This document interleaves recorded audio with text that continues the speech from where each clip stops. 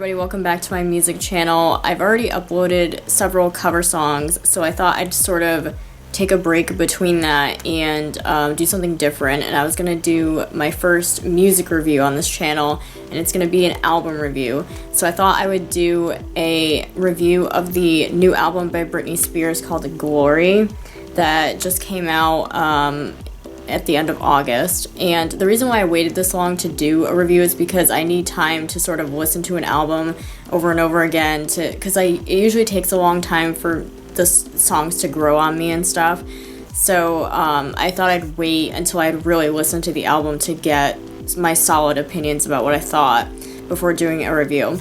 So I have the deluxe version of the album that has the bonus tracks. And I thought what I would do is do a track-by-track review and then kind of sum up my thoughts at the end. So before I get into the album, I just want to preface it by saying that I've been a fan of Britney since I was 15, so that was around the time that the Circus album came out, and I have all of her albums.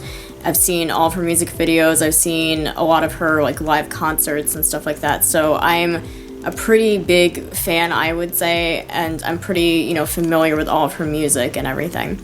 So the first track on the album is called Invitation, and I thought that this was kind of a strange way to start the album because it's a mid-tempo song. It's almost like a ballad, so I thought it was a bit of a strange way to start the album, but it's actually probably one of the better tracks, in my opinion. It's not like an absolute favorite of mine, but it's a pretty solid song overall. The next one is Do You Want to Come Over? This is actually one of my least favorite songs on the album. I know a lot of people like this one. For me, there's just nothing to the chorus. I feel like they could have done a lot more with the chorus. It's just not really one of my favorites. I could have done without it even being on the album, to be honest. The next one is the single Make Me featuring G-Eazy. When I first heard it, I was not super impressed by it because it's just a mid-tempo song. But the more that I listened to it, the more that it grew on me. I found that with a lot of the songs on this album that the more I listened to them, the more they grew on me. And I'm actually really glad it was the single. I think it was, while I don't think it necessarily represents the new sound that she went for on this album, I do think that it showed a new sound, and I think that it was a good choice for a single. It kind of showed something different from her because normally a lot of her lead singles are very up-tempo pop, very bubblegum pop, and this one wasn't like that. I really like the hook, the ooh hook on the chorus, because it sounds, to me, it reminds me of her 90s stuff for some reason, so I really like that. And it's actually one of my favorite tracks on the album. I listen to this one quite a bit. The next one is Private Show, and this one for me is a weird one. This is another of my least favorites.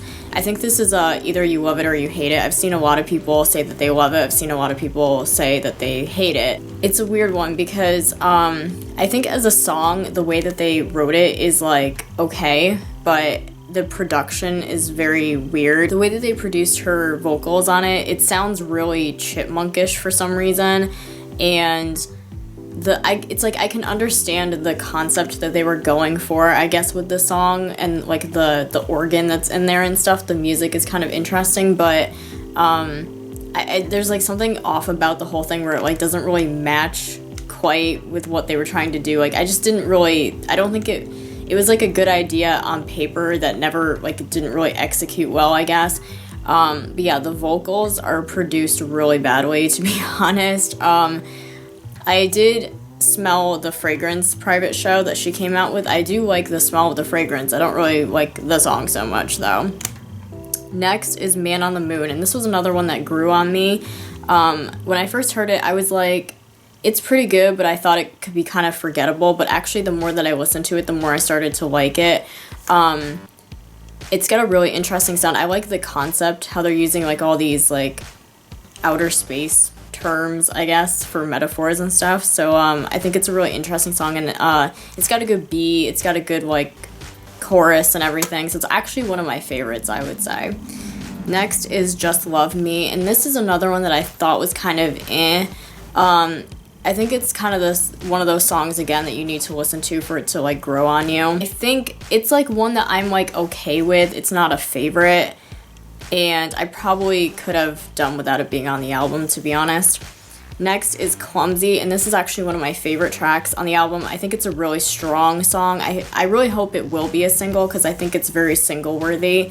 It could have even, I think, worked as the lead single because I think it kind of represents the sound of the album a little bit more. It reminds me of something that Madonna would have done. Next is Slumber Party. This was one that was very interesting when I first heard it. And it was one that ended up growing on me more. Like, I think when I first heard it, I was like, this is interesting, like, in a good way. And I, like, wasn't quite sure about it, but it was like, I kind of knew it was going to be one of those ones that would grow on me. This has a really interesting sound. I really like the concept, like, I guess the theme of the song, how she's talking about, like, she's using all these metaphors as, like, a slumber party. That's, like, something really different that she's never done before. It's got a really interesting sound. I could see this one being really good in a live show, like if they did something interesting with like the staging. This is definitely one of the standout tracks for me just because it has like that unique sound, that unique kind of concept to it that she's never really experimented with before.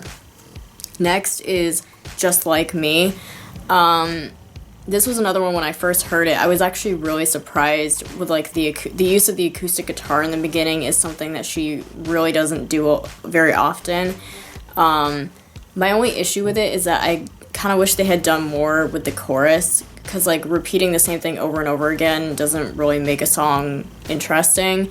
That's kind of the only thing I don't like about it, but otherwise I really like the whole composition of the song, I guess. Like her vocals are very like she's really telling the story of the song, and that acoustic guitar is really interesting, and it's one of my favorites, I would say. Next one is Love Me Down. This was another one when I heard it, I was like, I liked it, and I was thinking it was gonna grow on me the more that I listened to it, and it has. It's one of my favorites, I would say. This is probably the exception where like repeating the same thing over and over again, I find that it works. But I think the hook in the song is really catchy. It's one of my favorites. Next is Hard to Forget You, and I would say this is probably my least favorite on the whole album, even though I've mentioned a couple of other tracks I don't really like, but this has to be my least favorite, I think. I just don't like the chorus. Like, I feel like they could have done so much more with it. The other thing that kind of, like, I noticed right away when I first heard it was that right before the chorus, there's this section that sounds a lot like I've Had the Time of My Life. And I thought, like, that they were going to incorporate it somehow, like they were going to sample it in the song or something, and they never did. So that, like, kind of bothered me, because I think it would have been really cool if they had actually, like, sampled it or tried to incorporate I've Had the Time of My Life in there somehow. But they didn't. So, I don't know. For me, it's just, like, one of those songs that just kind of falls flat. And it's definitely my least favorite on the album. Next is What You Need. This was one of, like, a track that really stood out to me when I first heard it. It's, like, so unlike anything that she's ever done before, and I think she really tried to experiment with this one. Her vocals sound really, really confident and strong. The sound is, like, so unlike anything that she's ever done. This is a really standout track. And I think it could actually be really good in the live shows as well if she ever performs any of these new songs. I think this is definitely one that could really like stand out. Moving on to the deluxe edition tracks. The first one is called Better. This was one that when I first heard it, again, I quite liked it, but then after listening to it more and more, it grew on me even more. It's one of my favorites. I really love the sound, like that kind of reggae sound to it. Next is Change Your Mind, No Seas Cortez. This one is interesting because it has that Latin flavor to it, and she also speaks Spanish in it, which is interesting. It's not my absolute favorite of the bonus tracks, but it is quite good. It does have that Latin sound to it, which is, she doesn't do very often. The next one is Liar. This is a really standout track, and I don't know why it wasn't on the standard edition of the album. Like, there's a few tracks on the standard edition that I would have gotten rid of and put the bonus tracks on instead, and Liar is definitely one of them. I feel like it's one of those, it sounds to me like the type of song that you could play over the credits of a James Bond movie. I don't know why that comes to mind for me, but it really does have that kind of epicness to it. I think it's because it has those violins and that orchestra in it, but it is like The production is so good. Like, I think this is not only one of the strongest tracks on the album, but one of the strongest songs that she's ever come out with. It just has this like whole epicness to it with the violins and everything. I feel like if there's a chance for it to be a single, it probably should. It's like, it's so, like, it just stands out immediately when you hear it. Like, it's like one of those songs that makes you like stop what you're doing and listen, because it's like there's just so much going on with it, with the production and everything. Her vocals, again, sound really confident and strong.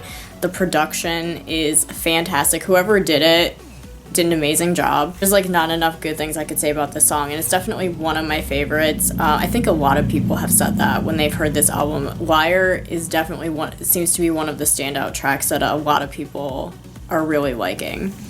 The next one is If I'm Dancing, and this is one of my favorite songs. There's actually not a lot to it, but I really love the chorus. Like, it has this very ethereal kind of vibe to it that's very like chill and calm and relaxing that I really like.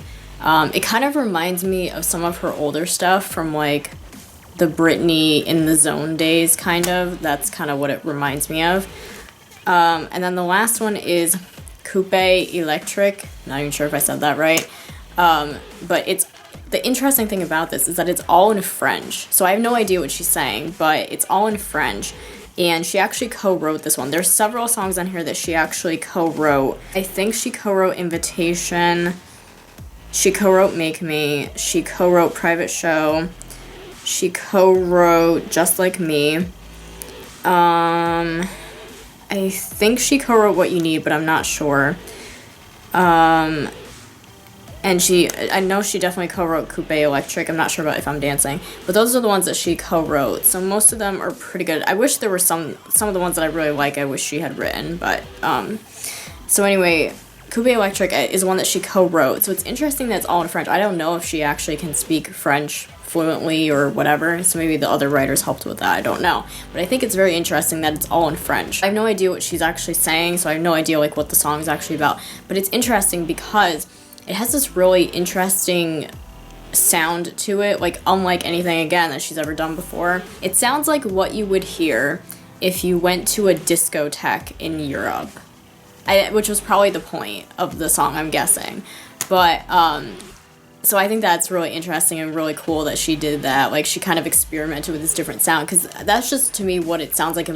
I'm assuming what the point of the song was to sound like if you went to a dance hall or a discotheque or whatever in Europe somewhere or in France, that this is kind of what it would sound like. It's very cool. It has like this very cool like dark vibe to it that's like really interesting. So this is actually one of my favorites as well. My overall thoughts on the album, I think it's a really good album from her. I do have some issues with it, I guess. One is that the album's called Glory, and I was kind of hoping that meant that there was going to be some songs, like what I did like about her previous album, Britney Jean, is that a lot of the songs were very personal to her.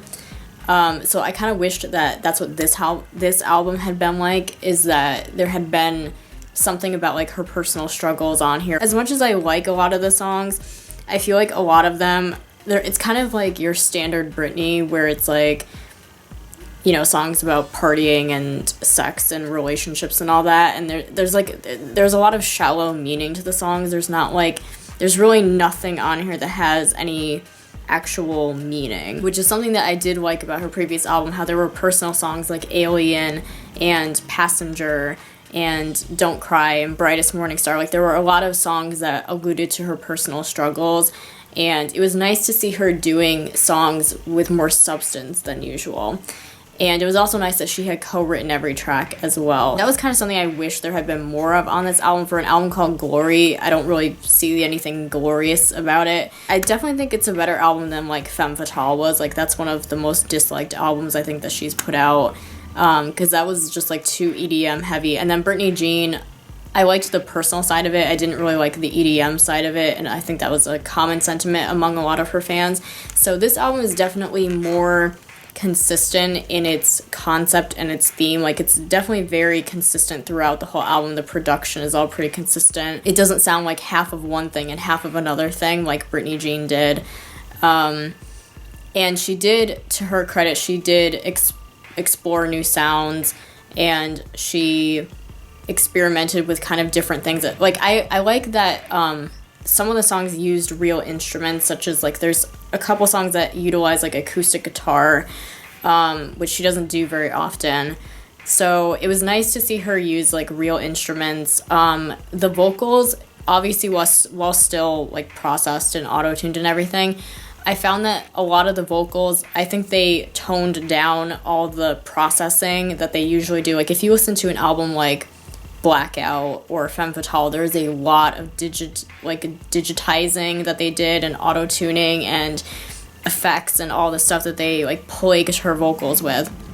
Whereas this album has a lot less of that. Like, it still has some, because every Britney album does, but there was a lot less finagling. There's a lot less artificial stuff, I think, on this album as a compared to, like, some of her previous albums. I think it's overall a better album than, like, her last couple have been. I like it better than some of her albums, but I don't think it compares to, like, her classics like Baby One More Time, Oops, I Did It Again, Britney, Blackout. Like, those are some of my absolute favorites from her. So I don't think it's better than those, but I think it's an overall enjoyable album. Like I said, there's a few songs I would have taken out and probably put the bonus tracks on instead. Overall, I think it's a solid album from her. It's got a consistent theme and sound and everything. And like I said, I like that she experimented with different sounds that she's never experimented with before. The production was a little bit different than stuff that she's done before. I definitely recommend, if you're a Britney fan, you should definitely get it if you haven't already. And I do recommend getting the deluxe edition. I got mine from Target. You can also get it on iTunes and wherever. Now, one note to make about it is that this is one of her rare albums that actually has the parental advisory label, as you can see. So there is a clean edition you can buy from iTunes or also from Walmart, but otherwise you're going to be getting the explicit edition. I think there's only like 2 songs that have explicit lyrics. On Slumber Party, so on the standard edition there's only 1 song that has explicit lyrics. It's on Slumber Party, and it's on the chorus, and she says the F word. And then on the deluxe edition, it's on Liar. She says the F word once. So, like, there's a couple F-bombs, but it's not like if you're a parent or something thinking about buying this for your kid, or I don't know what. If you're thinking about buying this for somebody or something, or if you're just, like, somebody who doesn't like explicit lyrics and stuff, there's a couple F-bombs on it, which is, like, rare for her. Like, she usually, even though her songs are, like, sexually explicit anyway, if you're worried about, like, swearing and stuff, yeah, she usually doesn't have that in her songs, but there's just a couple, like, F-bombs on this one, so it does have the parental advisory label. So if you are looking for the clean edition, you can get it on iTunes or at Walmart. So that pretty much sums up my review of the album Glory by Britney Spears. If you are a Britney fan, definitely go and get it if you haven't already, because it's Britney. I have all of her albums, so this is her 9th album, so I have all of them, and I'm going to be looking forward to her 10th whenever that comes out. Thank you so much for watching. I definitely would like to do more music reviews and album reviews and stuff like that on my channel in the future, so I hope you'll be here to check that out. Thank you so much for watching, and subscribe if you like for more music videos and stuff like that, if that's what you like. You can also follow me on Twitter at AndreaD_music. I always forget the underscore part. It's at AndreaD_music. I also have a Facebook page, Andrea D Music. My Instagram is at ADFrancesco24. Thank you so much for watching, and I hope to see you in my next video.